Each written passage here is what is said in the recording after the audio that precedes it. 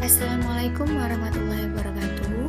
Baiklah, saya Putri Amin Angelina, MPM 19040. Di sini saya akan menjelaskan tugas akhir dari mata kuliah Evaluasi Pengajaran TI tentang menghitung validitas, reliabilitas, daya beda soal, dan tingkat kesukaran soal. Nah, kita langsung masuk saja ke contohnya. Diketahui hasil uji coba sebuah instrumen. Kita lihat pada gambar.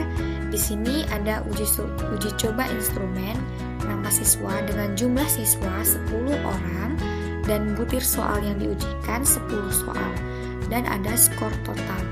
Nah, di sini ada angka 1 dan angka 0. Angka 1 itu menunjukkan berarti pada soal pertama Ani mendapatkan nilai benar dan pada soal keempat Ani mendapatkan nilai salah. Selanjutnya, di sini kita akan menentukan validitas dari tiap butir soal. Yang kedua, reliabilitas soal, daya beda soal, dan tingkat kesukaran soal. Nah, yang pertama kita uji validitas tiap butir soal. Di sini ada butir soal pertama. Di butir soal pertama ini diketahui ada variabel X, variabel Y, variabel X kuadrat, Y kuadrat, dan XY, di mana X ini merupakan butir soal pertama. Di sini Ani mendapatkan nilai benar, Dodi mendapatkan nilai salah, dan Edward mendapatkan nilai salah. Dan jumlah dari X ini yaitu sigma 7.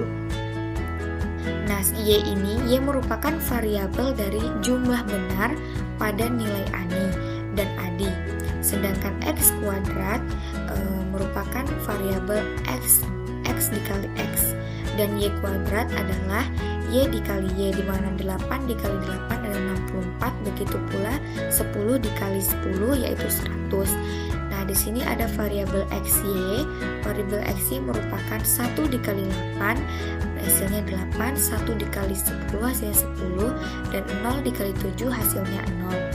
Nah, di sini kita lihat ada sigma X 7, jumlah benar dari X, dan sigma Y adalah jumlah dari variabel Y, dan sigma X kuadrat, sigma Y kuadrat, dan sigma XY. Selanjutnya kita masukkan rumus koefisien korelasi XY, di mana RXY. N merupakan jumlah dari siswa dan sigma XY dikurang sigma X dikali sigma Y per akar N sigma X kuadrat dikurang sigma X kuadrat dikali N sigma Y kuadrat dikurang dalam kurung sigma Y kuadrat. Di sini kita lihat N merupakan 10. 10 itu merupakan jumlah dari siswa. 10 dikali 58. Kita lihat sigma XY. Sigma XY di sini ada 58 dikurang sigma X dan sigma Y. Sigma X yaitu 7 dan sigma Y yaitu 83. Kita masukkan ke dalam rumus. 10 dikali 7 dikurang 7 pangkat 7 kuadrat dikali 10 kali 703 dikurang 83 kuadrat. Nah, kita masukkan 10 dikali 58, 580 dikurang 581. Di sini kita lihat minus 1 per akar dari 21 dikali 141. Minus 1 per akar 2961 sama dengan minus 1 per 54,41, mendapatkan hasil minus 0,018. Nah, begitu juga kita ujikan pada butir soal kedua. Sama seperti tadi, ada variabel X, Y, X kuadrat, Y kuadrat, dan XY. Rumusnya masih sama hingga mendapatkan hasil dari R XY-nya 0,364. Selanjutnya kita lihat di sini ada butir soal nomor 3, ada butir soal nomor 4, butir soal nomor 5, butir soal nomor 6, soal nomor 7, soal nomor 8, soal nomor 9, dan soal nomor 10. Nah, kesimpulannya, secara umum, jika koefisien korelasi sudah lebih besar dari 0,3, maka butir instrumen tersebut sudah dikategorikan valid.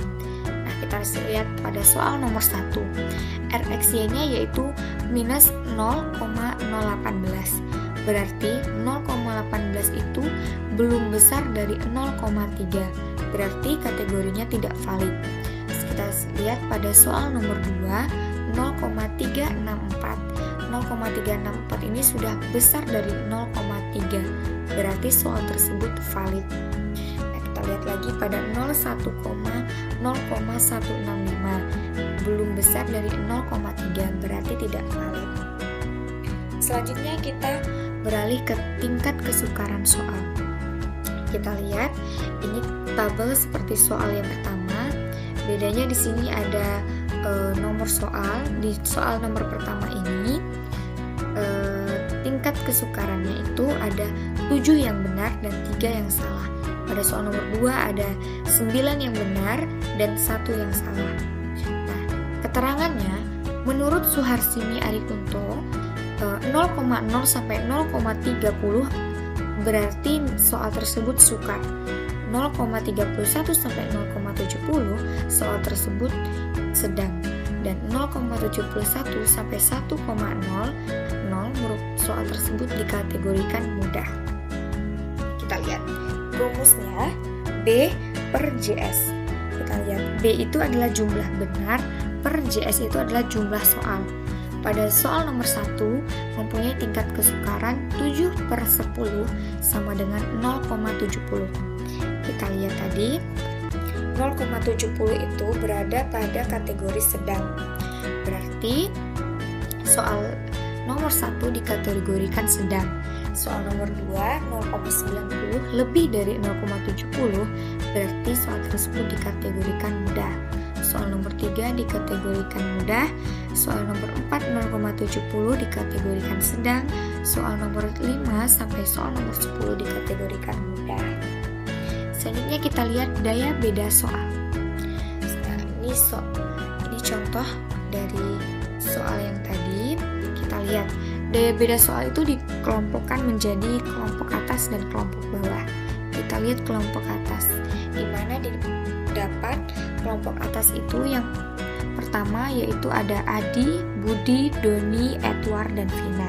Dan kelompok bawah yaitu ada Ani, Ana, Dodi, Edi, dan Vicky. Di sini ada PA dan PB. Kita lihat kriteria daya beda. Menurut Agung, 0,00 sampai 0,19 dikategorikan baik, sedangkan 0,20 sampai 0,39 dikategorikan cukup baik. 0,40 sampai 0,70 dikategorikan baik, dan 0,71 sampai 1,00 dikategorikan sangat baik. Kita lihat, kita masukkan ke dalam rumus. Di sini ada sigma PA dikurang sigma PB. Kita tambahkan dulu sigma PA-nya 0,6 dikurangi ini, kita tambahkan semuanya mendapatkan hasil 2,2. Di sini kita masukkan ke dalam rumus. DP-nya, daya bedanya, sigma PA dikurang sigma PB per N, di mana N ini adalah jumlah dari semua soalnya. Nah, kita masukkan 22/10 sama dengan 0,22.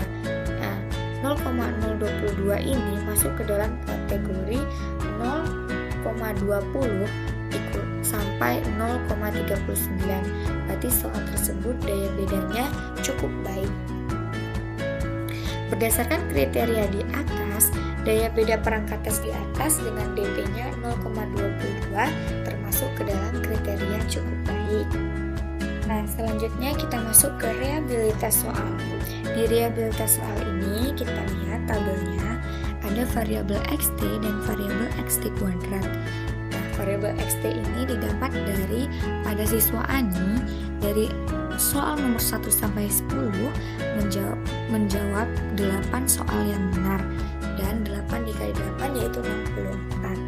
Selanjutnya kita lihat NP-nya. NP ini adalah nilai benar pada soal pertama, kedua, ketiga, 4 sampai 10. Nah, pada soal pertama ini ada 7 orang siswa yang menjawab benar. Soal kedua 9 orang siswa yang menjawab benar, Dan soal ketiga 8 orang siswa yang menjawab benar. Begitupun dengan seterusnya. Nah, kita lihat P-nya. P ini adalah 7/10. Dari 10 ini adalah anggota siswanya. 0 mendapat 0,7, 0,9 dan seterusnya. Di sini ada P dikali Q.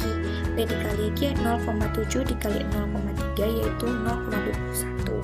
Didapat sigma P dikali Q yaitu 5,4. Selanjutnya kita cari variansnya.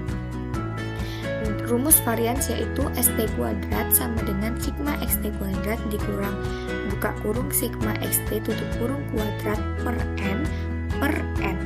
Nah, di sini kita masukkan angka-angkanya hingga didapat 1,41.